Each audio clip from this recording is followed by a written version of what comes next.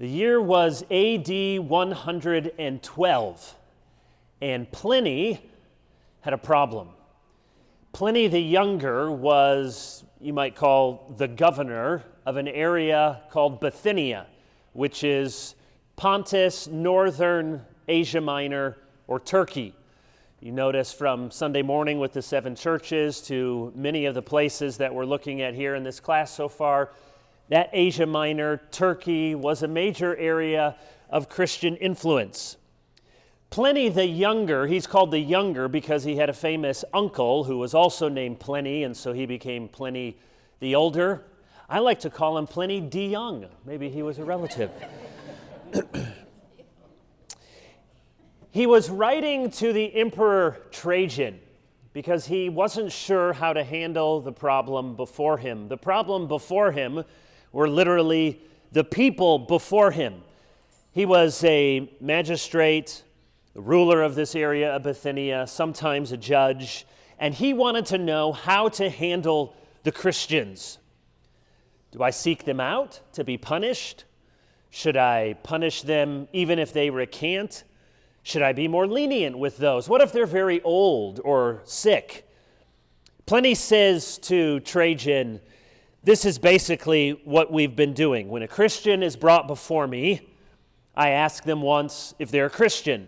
Then I ask a second and third time. I threaten them with capital punishment. If they persist in calling themselves Christians, then I sentence them to death. I'm not sure exactly what they're guilty of, but they're certainly guilty of being obstinate and stubborn when they come before us. So if they are brought before me and they recant, however, and they go ahead and they worship the gods or they do a sacrifice to you, O great emperor, then I let them go. That's basically what Pliny says. Trajan, am I doing this right? Is this the policy you want with the Christians? Here's what Trajan says, and now I quote from this famous exchange between Pliny and Trajan, the emperor. You have taken the right line, my dear Pliny, in examining the cases of those denounced to you as Christians. For no hard and fast rule can be laid down of universal application. They are not to be sought out. If they are informed against and the charge is proved, they are to be punished. And with this reservation, that if anyone denies that he is a Christian and actually proves it, that is by worshiping our gods, he shall be pardoned as a result of his recantation, however suspect he may have been with respect to the past. That's 112 AD, Trajan laying out the imperial policy that will be the empire-wide program from the 2nd century into the middle of the 3rd century to around 250 AD. That's the basic policy. Christianity is technically illegal. You're not supposed to be a Christian, but we're not going to go and seek them out. If somebody informs them, maybe a family member, maybe a coworker, maybe one of the Jews that's similar to what may have been going on in Smyrna last week, as we heard in the Sunday morning sermon. Then they come before you, and if they don't recant, you have no choice but to punish them. The policy from Trajan may have lacked a certain moral coherence, and this is a point that many of the Christian apologists often brought out. Here, for example, is Tertullian. Right, he's one of the people I wanted to spend a week on, but we had to cut something, so I apologize to Tertullian.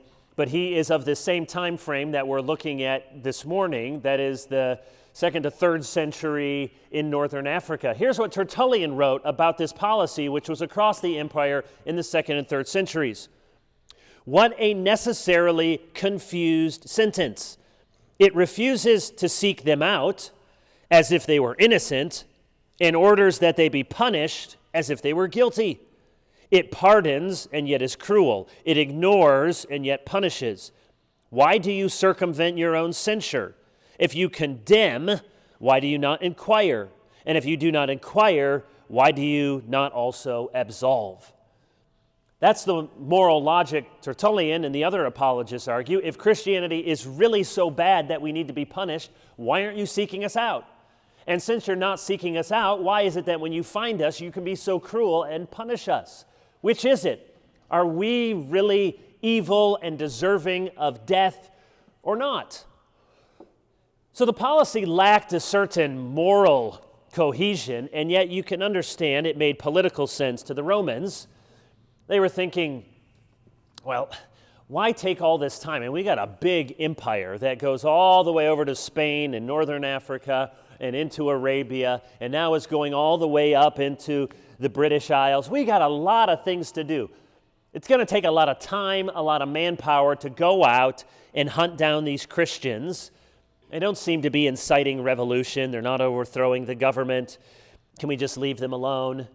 And yet, on the other hand, they're not worshiping the emperor like they should, and they're not worshiping our Roman gods. And so that's a bad look if they come before us.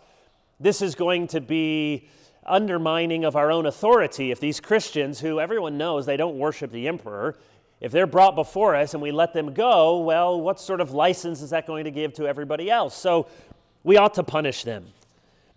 This was the policy that Trajan had laid down at the beginning of the 2nd century and was operative into the 3rd century. Let's step back a little bit before we get to our heroines for the day. Yes, we have heroines today. Why were Christians persecuted in the first place? I've already hit on this, and you've heard me talk about it from time to time in Sunday sermons, especially as we're looking at these 7 churches. But let me just briefly mention 5 overlapping reasons why Christians. It wasn't that anybody laid out, the Romans said, here are 5 reasons why we're persecuting the Christians. But as we piece things together, we can see these were the basic reasons that the Romans looked down on the Christians and they were persecuted. One, you've already heard, was the charge of atheism. They didn't have gods that you could see. They didn't have statues. They weren't doing all the Roman gods and goddesses like everyone else, so they were charged with atheism. You don't really believe in the Roman gods. That's what they meant. Second, we might call a general lack of patriotism. They didn't have a separation of church and state. They didn't have a separation of the political sphere and the religious sphere. It was all the same thing. And so to refuse in particular to worship the gods and goddesses and to refuse to offer sacrifice to the emperor was a lack of patriotism in the Roman cause. It might be like somebody who wanted to burn the American flag, or somebody who, well, now this does happen, but somebody who wanted to topple all of the statues of the past. They were saying, we don't really buy this whole thing that you Romans are doing. So you can understand how they thought you aren't really very good Roman citizens. They also had, again, as the Romans saw it, they had secret and sinister meetings. In the early church, for hundreds of years, they would have their worship service, they would have an open service that anyone could attend, and then all of the unbaptized, you might say all of the non-communing members would leave, and that's when they would have the sort of second service, which would be the service of the table. So the service of the word, where there's preaching and singing and liturgy and chants, that's open. Then it's like you go into executive session, everyone has to leave except for the people who are baptized communing members of the church, because then you're going to celebrate the Lord's Supper. So they looked, these are secret meetings. What goes on? Whenever you have some sort of group that has secret meetings that no one else can go to, and that's why I think we could fairly say it was perhaps a mistake, but you can understand they're wanting to protect their rituals and protect the Lord's Supper. But because of that, all sorts of wild rumors started about what takes place at these secret Christian meetings. And haven't we seen across the empire before other sorts of groups that are insurrectionists or do all manner of wicked things in their secret meetings, which led to a fourth problem. That was many allegations of wildly immoral behavior.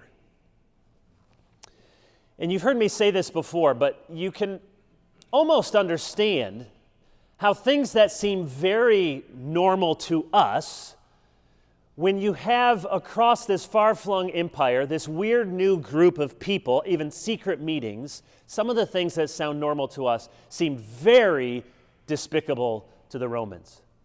For example, they give each other a holy kiss. Everyone's giving each other a kiss? Even then, that was, well, what is that about? They have something called a love feast. A love feast. They're all brothers and sisters. They call each other brother and sister. And what do they do in their secret meetings where they call each other brother and sister and have a love feast? They drink the blood of their God, and they eat the body of their God. They're cannibals. Now you may think, that's very far-fetched. Who actually thought this? Well, this is from a Roman author named Minucius Felix. He reported to a friend that Christians cover a baby in flour, and then so somehow you have a little teeny baby that's covered in flour so that the new converts don't know what it is, and they tell everyone to strike this lump of whatever that's covered in flour. They probably tell them that it's a lump of dough or something, and they strike it until they kill it, and then they cook it, and they all eat up the baby together when no one knows what it is. They dismember the limbs, they lick up the blood, and this is how they seal their covenant, this man said. He also reported that on a special day, all the people, he said, of all ages, both sexes, gather together for a banquet, and after feasting and drinking, including drinking the blood of this baby, quote, they begin to burn with incestuous passions, and in shameless dark, they join in random unions, saying these people are incestuous, and they basically have one big orgy when the lights go out. They're cannibals, they kill a baby, they eat the baby, they drink its blood, and then they have an incestuous revelry. And then finally, pulling all of this together, they were seen as a threat to Roman rule and social cohesion. This is tied to all of these. Roman religion, you have to remember, and we'll make this point again in the sermon, and so you just are the special ones, you'll get to hear it again. Roman religion was not about what you believed.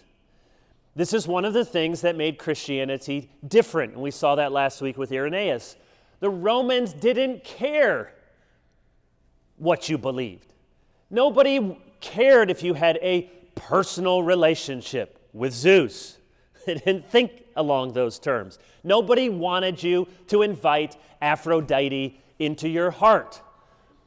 They didn't have a creed that they all chanted together and that they asked people, what do you believe about Asclepius? What do you believe about Minerva before you can come into our group? It was not a doctrinal religion. It was a cultic, and I don't mean cultic in the sense of we think of cults, but that word originally just refers to worship, ritual.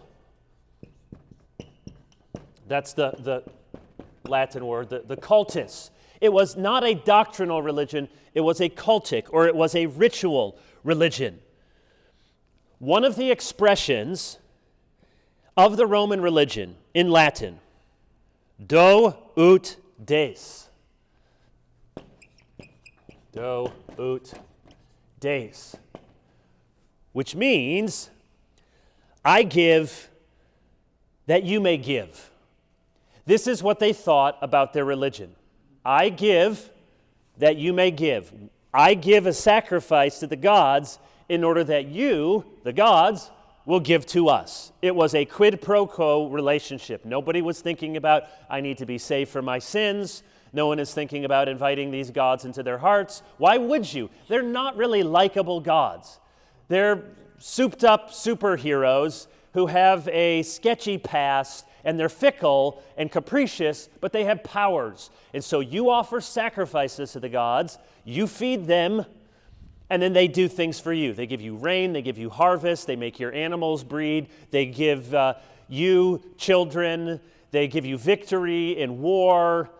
You give so they can give. When Christians don't participate in these things, thinking you are undermining the very system that holds our whole civilization together. The gods are going to look down on us. And in fact, when Rome eventually falls, it is many of the pagan apologists who says, you know why this happened? It's because we became a Christian empire. It's because we legalized Christianity. The gods are punishing us. We're no longer doing the sacrifices. For all of these reasons, Christianity was a different kind of religion. Judaism and Christianity were unique among all these other religious options. I already mentioned Trajan's policy. Let's just put this in some more historical perspective, and then I promise we will get to the story itself. You can roughly think of Roman persecution in three different phases. On the one hand, sometimes Christians hear these stories, these famous stories of persecution, and you think, wow, for 300 years, it was just nonstop. If you were a Christian, they were going to hunt you down. Everything was in secret. You were constantly on the run for your life. And that's not what it was like for 300 years. At many times and at many places in the first 300, and I'm saying 300 years because if you think of Jesus dying around 30 A.D., it's 312 with the conversion of Constantine, and then 313, the Edict of Milan. Christianity is officially tolerated and, in fact, will be given favored status in the empire. So for about 300 years. So on the one hand, it's a mistake if you hear these stories and you think the early church was facing constant, relentless persecution. On the other hand, some scholars in the last 20, 30 years, often with ideological axe to grind, have argued that these persecution stories were largely made up. And the Christians were hardly ever facing persecution. They just invented these stories. It made them feel good. It helped to inspire. And there was their own ideological reasons. Well, that's the other extreme. And most scholars who have a fair eye to these things say, no, there was real and at times severe persecution. And when you hear these stories, let's be honest, even for us as Christians, sometimes you scratch your head and you say, that's a lot to take in. Did it really happen exactly like this? With Polycarp, and I got one of the best compliments I ever got from my kids after the sermon last week. Jacob, who's 16, said, Dad, that Polycarp was savage, which I think is a good thing, he was saying. Man, he just stood there and he took it, and you don't even need to tie me up. And when you hear Perpetua's story this morning, you'll be even more impressed. So you hear these stories, and there's dreams and visions and miracles, and you wonder, did it really happen like this? Well, it's possible that anyone who tells a story of great heroism perhaps gives some exaggeration, some slight hyperbole, and yet there's no reason to think that these stories were fabricated. These aren't stories that come 500, 600 years later. You got to remember that. It's not a story that, if today we started saying something about George Washington, and later historians said, no one was really saying that George Washington flew on cherry trees. And that chopping down the cherry tree was also probably not true. But if we just started making up stories about American founding fathers today, historians would say, I don't think so. That was several hundred years distant. Well, this is much closer. And we have good reason then to think that these stories are basically telling us historical facts. The other thing to remember is the stories that get passed down and are famous for a reason, because they are so extraordinary. And as we'll hear several weeks from now when we get to something called the Donatist controversy, we'll hear again about persecution and understand that many, many Christians did compromise with the persecutors. So you hear these stories that, like Polycarp, like Perpetua, and they blow your mind. You have to remember, many Christians didn't respond this faithfully. Many Christians found some way to compromise or to offer a bribe. Many Christians stood fast, and not all did. So there was persecution throughout the Roman Empire. And during these 3 centuries, it was on and off. And you can look at it in 3 phases. Let's call the first phase local. And this is in the 1st century. Think of roughly 30 AD, death of Christ, to the turn of the century into the 100s. This is where persecution is unpredictable, it's sporadic, it's according to the whims of the people in charge. There's no imperial-wide policy. Perhaps the Jews seek out to persecute the Christians. We know this from the book of Acts. Saul, the first martyr, or Stephen, the first martyr, and Saul, Paul, is there persecuting the church, trying to round up the Christians. Or we heard in the first week, 64 AD, Nero blames the fire in Rome on the Christians. So during this first phase, it was local, depending on the whims of the local leader. And in one particular instance with Nero, he was the emperor. But there's no empire-wide policy. The second, we can call reactive. And this is from the 2nd into the 3rd century. And this is what we were just talking about under Emperor Trajan. And this is the cultural context when we come to Perpetua in just a moment. So Christianity in this second phase of persecution, just to give it some even numbers, we can say from about 100 to 250, Christianity is illegal. You're not supposed to be a Christian, but as we saw with Trajan's policy, the Roman Empire doesn't want to spend the resources and the time and money to go out and find all of the Christians. If you were a Christian in this time period, it was a capital offense. But Rome didn't usually go out looking for the Christians. But if you were brought forward by informants and you were put into the legal system, the basic policy was, here you are. Will you recant? If you say, I recant, I'm not a Christian, and you do a pinch of incense or you offer a sacrifice to the emperor as God, they'll let you go. It was simple as that. You just had to say, not a Christian, worship the emperor. You heard Trajan. Whatever else was in their past, if they'll just do that, they'll not make the Romans look bad, then you can go. Have you ever noticed when missionaries come and visit from different places that sometimes they have to be careful with words that they use? And so one of the words not to use in public information or when they visit is to say missionary.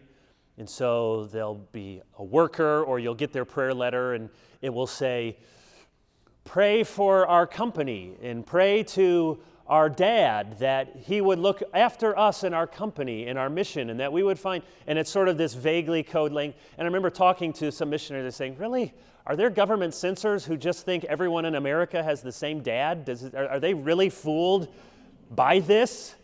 And they said, no, if they want to take the trouble to look, they know what's going on, but what you're doing is you're helping them to save face, because many of these places, even today, it's not that they have all the time and effort and resources to go kick all the Christians out of the country, but if it's known and it's public, I'm a missionary seeking converts to Jesus in this closed country, well, then that's an embarrassment for the country, and then they do have to do something, which is why it's not so much that you're fooling them, you're helping them not to look bad in their own country where they're trying to minister. It was a similar sort of policy.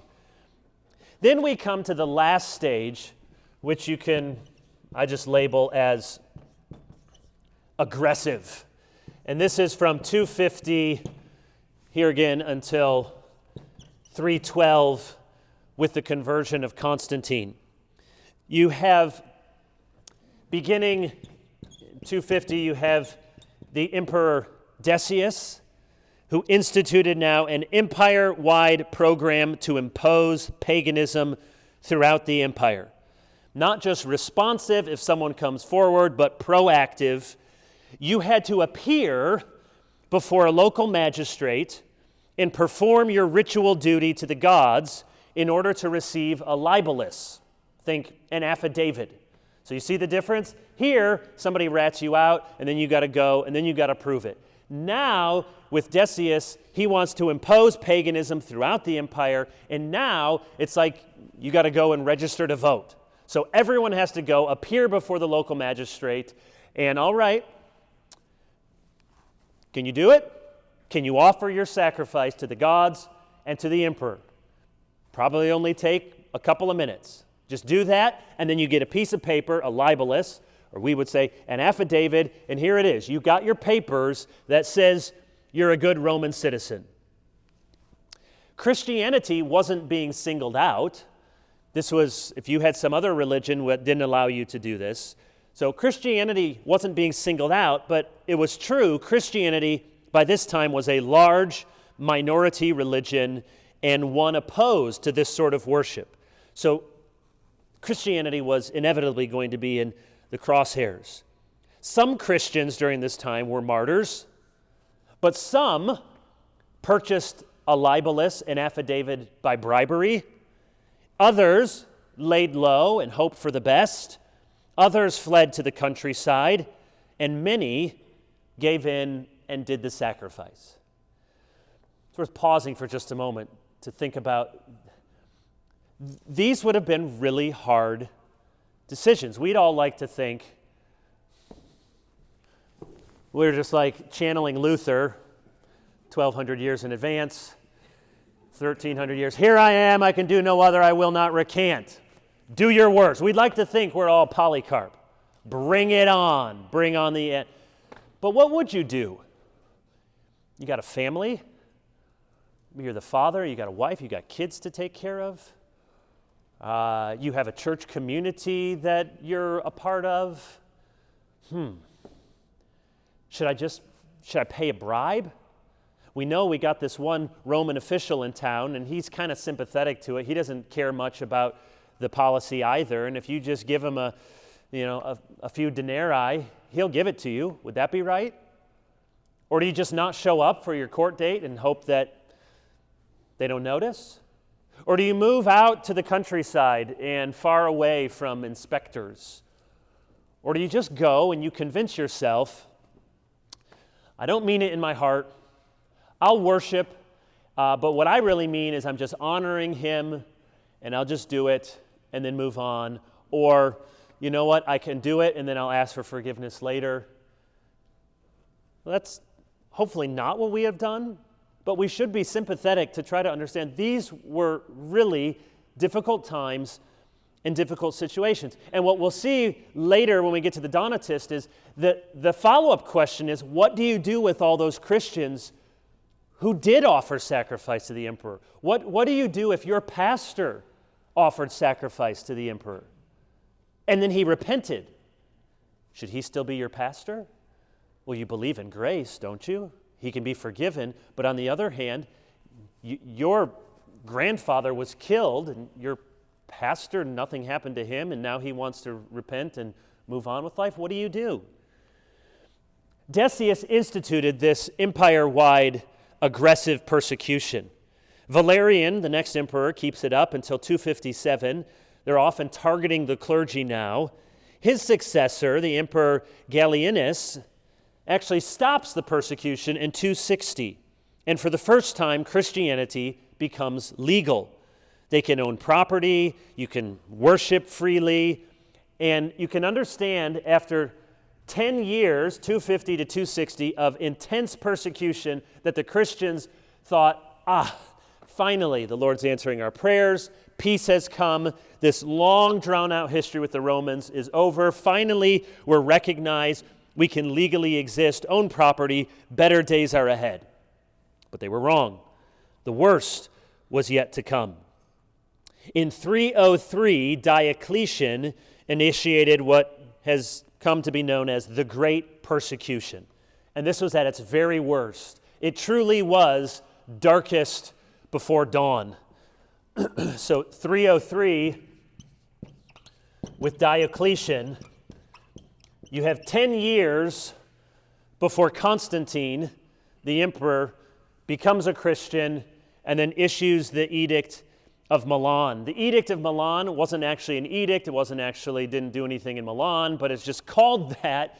It was actually a letter that he wrote, which historians view as a turning point that now Christianity would be officially tolerated and was on its way to being the favored religion of the empire. So this is often taken as the turning point, the end of Christianity and Rome at odds, and now a new time period in Western civilization where Christianity and empire will be aligned. And we'll talk about that with Constantine. Was that a good thing or was that a bad thing? And like most things in history, it was some of both. Coming back now to this time period where we started. 100 years after Trajan's famous letter to Pliny, but under this same system of responsive local persecution, we come to our heroine for the day. Of all the famous martyrdoms in the early church, Ignatius of Antioch, we didn't have time to talk about him. Justin Martyr, Alberto did a great job introducing you to Justin Martyr. The martyrs we saw last time from Vienne and Lyon. The most famous of all the deaths in the early church may be this noble woman, Perpetua, and this young slave girl, Felicitas, or sometimes written as Felicity. The only martyrdom story that can rival theirs in influence and fame in the early church is Polycarp, the bishop of Smyrna, that I mentioned in last week's sermon. In AD 203, Perpetua and Felicitas were two of several Christians killed in the amphitheater in Carthage. The leading city in Roman North Africa was Carthage. Today it's modern Tunisia. So I don't have a map, but you picture the Mediterranean Sea, and you have Israel on the eastern side of that. You have Spain on the west. So moving over far to the west, in the western part of the Roman Empire, in North Africa, is the city of Carthage. Carthage had a long history as one of the most important and prosperous cities in the ancient world. It was destroyed by Rome in the Third Punic War. It's named because that was the original people or name for Carthage. So there was a series of Punic Wars, Rome against Carthage. Carthage was eventually rebuilt during the reign of Julius Caesar, and by the first century, Carthage had grown to become the second largest city in the western half of the Roman Empire. So just less than Rome itself. It was the economic, political powerhouse in the province of Africa, and it was a major center of Christianity. Remember, though we think in Protestant missionary terms of Christianity coming to Africa in the last 200 years, Christianity was in Africa from the very beginning, probably in Africa before it was in Europe. Now, when you think Africa, you may be thinking of sub-Saharan Africa, and this is not sub-Saharan Africa, this is northern Roman Africa. And so historians often debate especially now when these things become important. These African Christians, did they look like Romans? Did they look like what we might say as Europeans? Or did they look like black Africans or something in between? We can't really know for sure. It was part of the Roman Empire, and people traveled throughout this region, so they probably looked more like Roman, we might say Europeans, and yet some of them will come to Athanasius. He was short, and he was sometimes called the Black Dwarf, so he was darker. So it was of various colors and hues. But in northern Africa, many of the most important Christians were found. Tertullian, Cyprian of Carthage, of course Alexandria in Egypt was one of the first Christian centers. Augustine is in this general area of Carthage. He's from Hippo. And this story focuses on Carthage. The story starts by mentioning several young unbaptized believers, what are called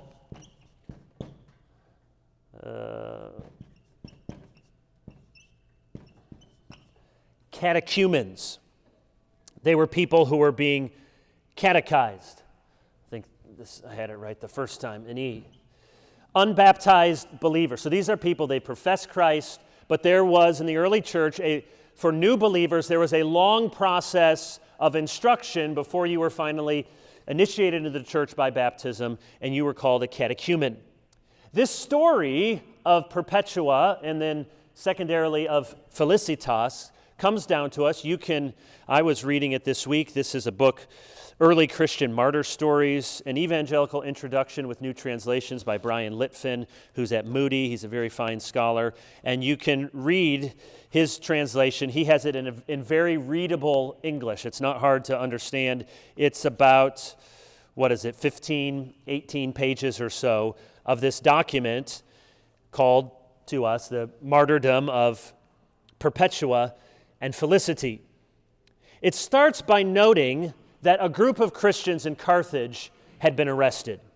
A slave named Revocatus, a fellow slave, Felicity, she's a slave, a man named Satiris, and another man, Secundulus. And with them, we are introduced to the main protagonist in the story, Vibia Perpetua. Her name was Vibia, which means her father, who figures prominently in the story, was probably named Vibius, because this is the male and this is the female version, and you would give your daughters the female. Even if you had multiple daughters, they'd probably all be called after their father's name, which means that they were probably from this family, Vibii, which was a leading Roman family. Perpetua was a member of the nobility, of the aristocracy. We read in the very beginning of this, she was noble born, an aristocrat who was well trained in the liberal arts and was respectably married. What makes this story so unique is not only her inspiring heroism, but the fact that Perpetua wrote her own story. At least she wrote it up to the point of her death, and then somebody else wrote what happened in her death. It is extremely rare in the ancient world to have a first-person account from a woman. Why? Because almost no woman could read and write. Scholars estimate that maybe literacy in the Roman world across all men and women was 10%. So of that 10%, how many of those were women? Almost none. Women were not trained. Women did not learn to read and write. Most of the men did not. So this is very, very unusual that you would have a woman who could read and write.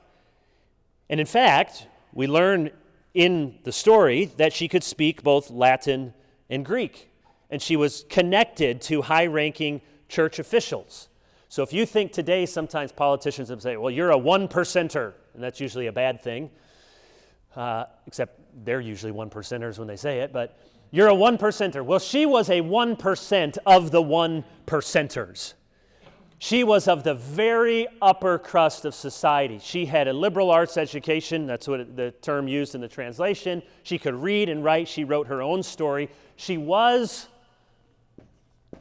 22 years old. She was think about, some of you have daughters that age. Some of you maybe are close to that age or have a granddaughter. A college junior or senior, 22 years old, recently married with a newborn baby. Here's how the story unfolds.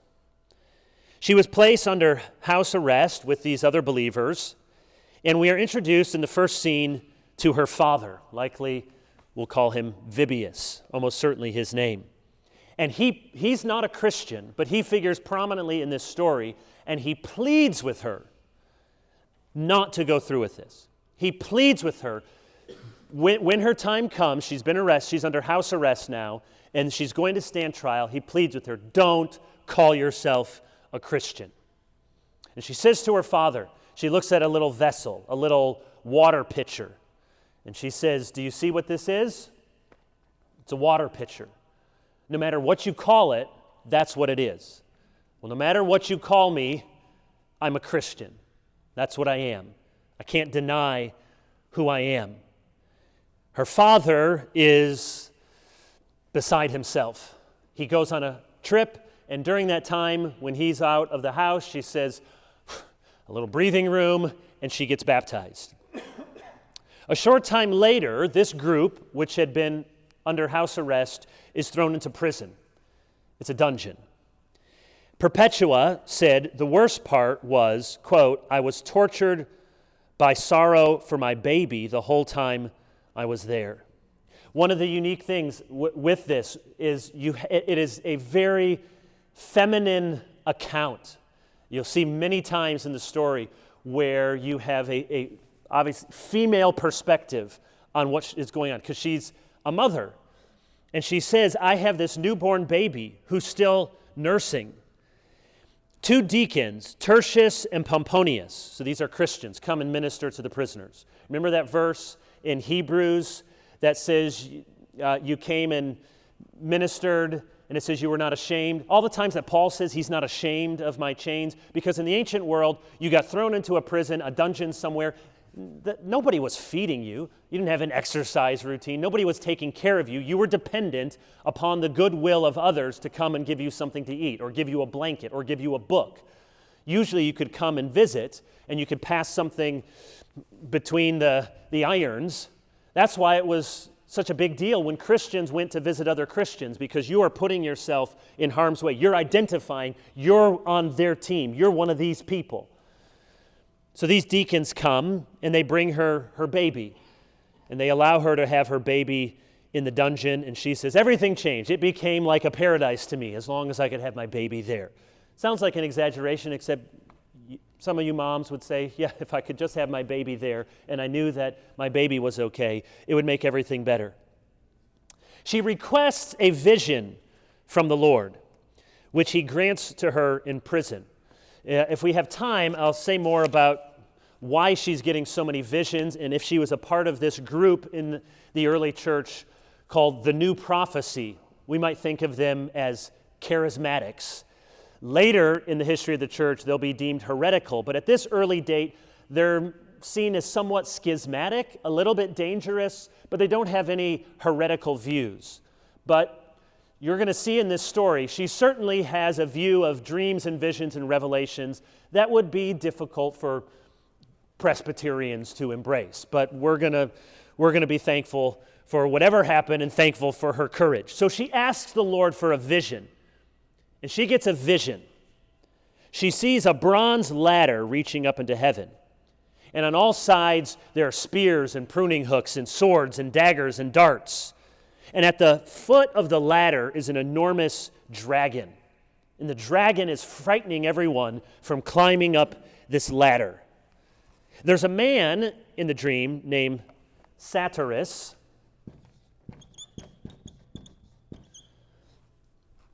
He was not a part of the group of Christians rounded up at the beginning, but he freely professed that he was a Christian, and so he gets thrown into the dungeon with him.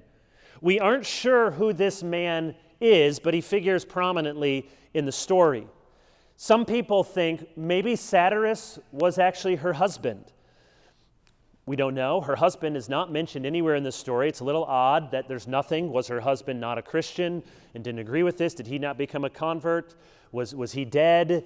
Was he this man Satiris? Because obviously Perpetua and Satiris, you're going to see, have a close relationship. More scholars think that he was maybe the local presbyter, or he was a leading official in the church, kind of a father figure in the faith. He enters this dream, and he climbs up the ladder first.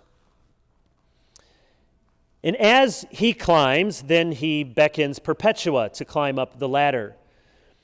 And she sees a tall, white-haired old man tending sheep, and he invites Perpetua over, gives her a cup of sweet curd, tells her she is welcome into this expansive garden, and Perpetua takes this vision to be a sign that she is going to be a martyr and welcomed into heaven. Doesn't take great insight to get the dragon is some sort of Satan figure. Climbing up the ladder to heaven is full of danger and swords, but she climbs it and she's welcomed into this garden sort of paradise. She now knows, she thinks, I'm going to be a martyr. A few days later, her father comes to visit her in prison. And the relationship with her father is another aspect that gives this story such power, emotion, honesty. Because her father is not a Christian, but he deeply loves his daughter. He repeatedly pleads with her. And again, you can put yourself, you think if you were a son or a daughter and your parents are pleading with you, would you just curse Christ and offer a little sacrifice to the emperor? You're going to do this? You're going to break my heart? Here's what he says, quote, "Have pity on my gray hairs, daughter. Have pity on your father. Think of your brothers. Think of your mother. Think of your aunt. Think of your son. He won't be able to live with you." Perpetua says, "My father said these things like any loving father would. He kissed my hands and threw himself at my feet." She tries to comfort her dad. She says, "Everything that happens at my trial will be God's will." And so her dad leaves heartbroken. Later, when she is at the trial, he shows up again. And at the trial, this group of Christians all confess their faith. The very simple question that was put to them was, "Are you a Christian?" No strict doctrinal test, just, "Are you a Christian? Will you claim the name?" And they all confess that they're Christians. Her father shows up with the baby. She's been separated from the baby, shows up with the baby, urges Perpetua, quote, "Perform the sacrifice. Have pity on your baby." The governor there overseeing the trial says, "Spare your gray-haired father, spare your infant son. Just make a sacrifice for the emperor's well-being." And again, she refuses. She writes, "It broke my heart to see him endure such misery in his old age." And the governor, a man by the name of Hilarion, sentences the whole group to wild beasts. There's a big amphitheater in Carthage. They're going to have games in honor of the emperor, and they are going to sacrifice them there to the wild beasts. At the end of the scene, Perpetua asks her father, "Can I have my baby back?" But he refuses. And yet Perpetua notes, and I'm just giving it to you, I don't mean to be graphic here, but it shows again this uniquely feminine account. Perpetua says, "God made sure that the baby no longer desired to nurse, and I didn't suffer any inflammation." She's talking about mastitis. "So I wouldn't be burdened by anxiety for my son and pain in my breasts." She's a new mother who's nursing, and just taking the baby away can lead to all sorts of pain. She says, "The Lord at least answered my prayer, and he didn't need to be nursed anymore, and I didn't have pain." A few days later, she finds herself uttering this name, Dinocrates. Isn't it interesting just to see what their names were? This sounds like my son might want to be named Dinocrates. Well, this was her brother who had died at age 7 of a facial deformity. People think of some kind of skin cancer, perhaps. But he died years ago when he was just 7, and suddenly name comes back to her, and she has a vision where she sees him disheveled and in distress, and then another vision where he's clean and well-dressed and refreshed, and she takes comfort that he's been delivered and is in some heavenly paradise. A few days later, a junior officer in charge of the prison, a man named Pudens, actually that is a name you find also in the New Testament, different person, centuries later, but a young man named Pudens, who recognizes that there is something spiritually at work in these Christians, and so he allows some more freedom and visitors to come. Christians meet with them. It sounds like they even have something of kind of some impromptu services together, even though they're condemned to die as criminals in the upcoming games. Her father shows up again. It says he tears the whiskers from his beard, he falls to the ground, he curses the years of his life, he pleads with heaven and earth that Perpetua would change her mind. She doesn't. The day before she is to go into the amphitheater with the rest of the Christians, she receives another vision.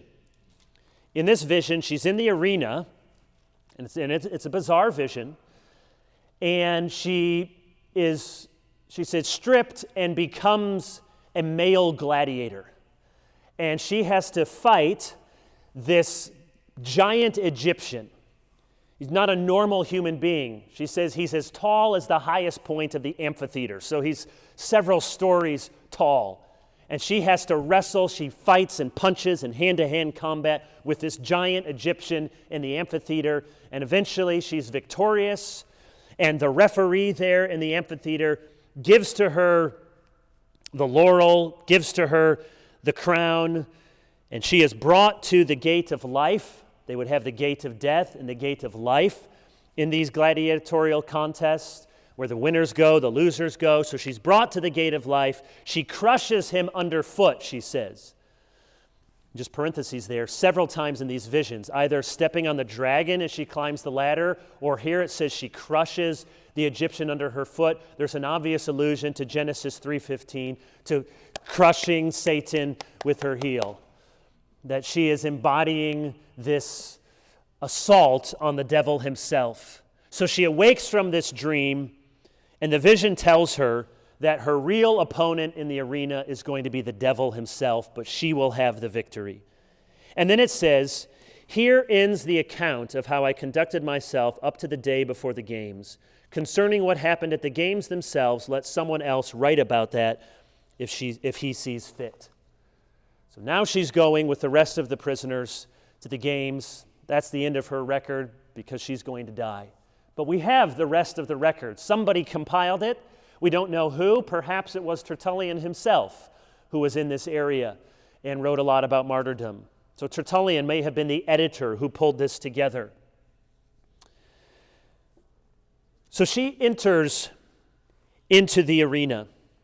And here we are introduced for the first time to this other woman, Felicitas, or Felicity.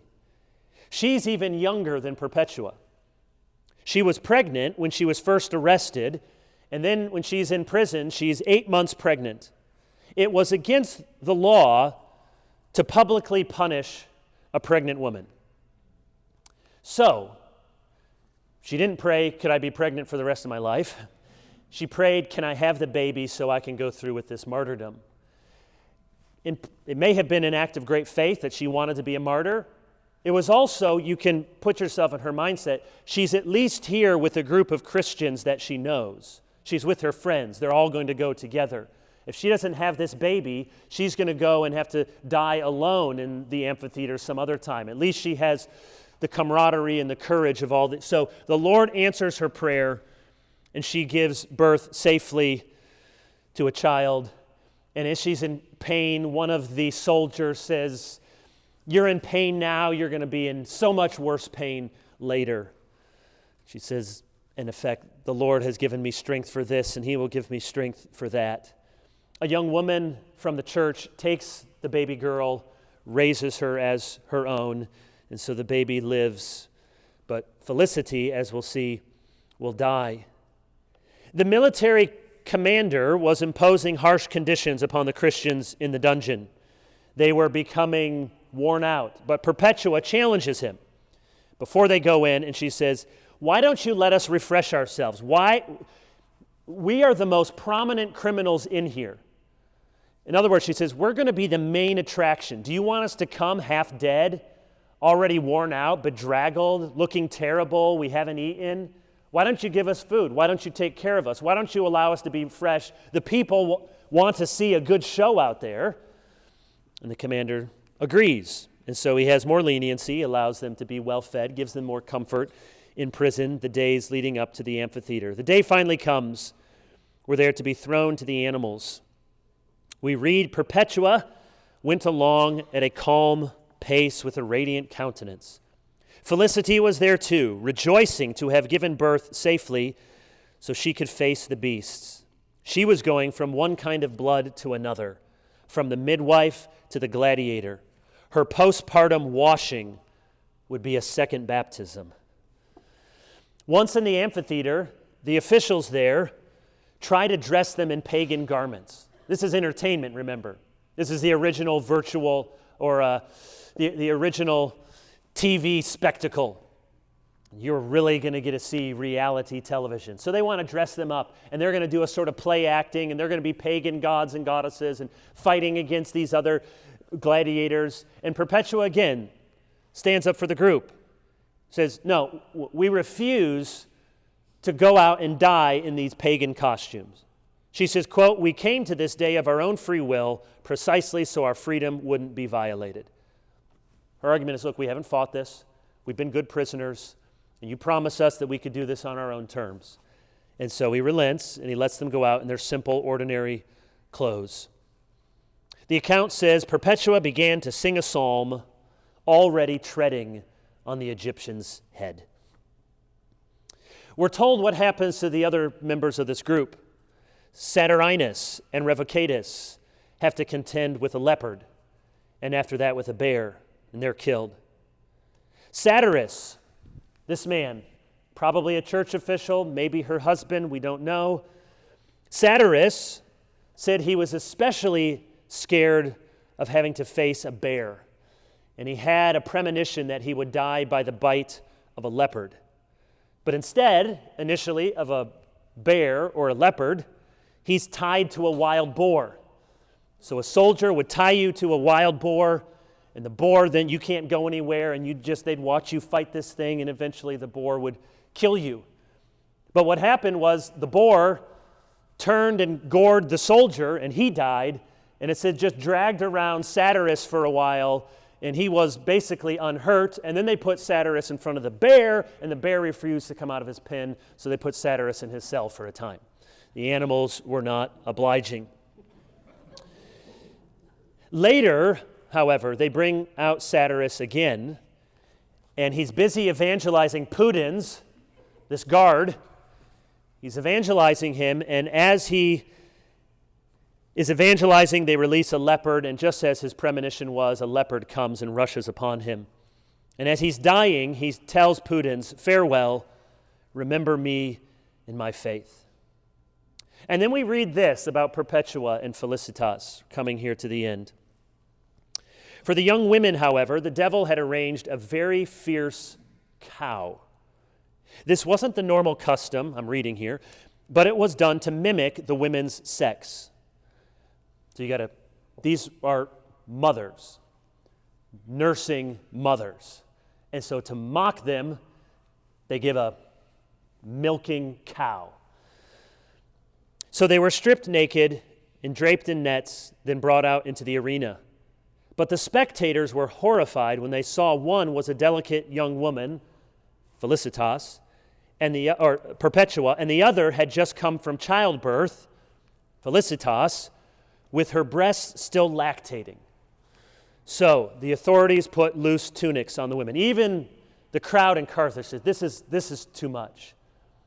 This woman just gave birth. She's dripping. The cow tosses Perpetua. She lands on her hip. Her tunic is ripped. She rearranges her tunic to cover her thighs. Quote, "For Perpetua cared more about modesty than pain." Okay, parents, you can use that with your daughters when they want to go out of the house. Perpetua was dying, and she was thinking about covering up her thighs. Perpetua cared more about modesty than pain. Then she also sought her hairpin and straightened her hair. She believed it was improper for a martyr to die with her hair unbound. So she gets to her feet. She helps Felicity stand, and they're joined by another catechumen, a young man named Rusticus, first time he's come on the scene. And in the final scene, they're reunited again with Satiris, and they're in a place called the Spoliarum. It's the place where dead gladiators were stripped of their armor, and it's the place where dying criminals were finally killed by an executioner. If the animals didn't quite do it and you're just dying, they bring you to the Spoliarum, and there they finally do you in. Satiris is killed by the sword. Just like in the dream, he's the first to ascend the heavenly ladder of martyrdom and will be there waiting for Perpetua. We aren't told of Felicity and Rusticus, but presumably they too were killed by the sword. Perpetua is last. She shrieks, it says, as the sword is thrust between her bones. Quote, "Then she herself guided the young executioner and inexperienced gladiator's wavering hand to her throat." Perhaps we might say that such a great woman, who was feared by the demon within the executioner, couldn't be killed unless she herself allowed it. So her final death is this young, inexperienced gladiator who's quaking, can't even bring himself to finally kill her, and she has to direct the sword to her throat. There's much that we could say by way of conclusion. Sometimes these scenes from the past, so graphic, visions, revelations, they seem like a world away. We do see in living color, however, the hard sayings of Jesus. Unless you hate mother or father for my sake. Some of you will be divided, father against brother and mother against daughter. For my name's sake, you will be hated. I mean, pulling at the tenderest of, your father is pleading with you. Would you just, for my sake, your heart goes out to Vibius. But Perpetua, as much as she loved her father, realized her love for Christ was even greater. It states in the introduction that the point of this story is to tell us that the same Spirit at work among us was at work then and is at work now. And so here's what we read, coming full circle, the final words of the book. They remind us, this whole story of the martyrdom of Perpetua, they remind us that one and the same Holy Spirit is always at work, even now, along with God the Father Almighty and His Son, Jesus Christ our Lord, to whom be glory and infinite power forever and ever. Amen. So as much as it seems absolutely extraordinary, almost defies belief, and none of us think we could face wild beasts with such courage, yet the whole purpose of the story to be written down, collected, passed on, was to instruct the church and to say, remember, the same God that was there in the early church, and for them, the apostles, is the same God, the same Holy Spirit now. And 1,800 years later, we should believe it's the same God and the same Spirit and the same Son who is with us. Father, give us grace as we think on these things. Give us courage for what small, seemingly small in comparison, opposition we may face. Thank you for the heroes and the heroines who have gone before. We ask for your grace in Jesus' name. Amen.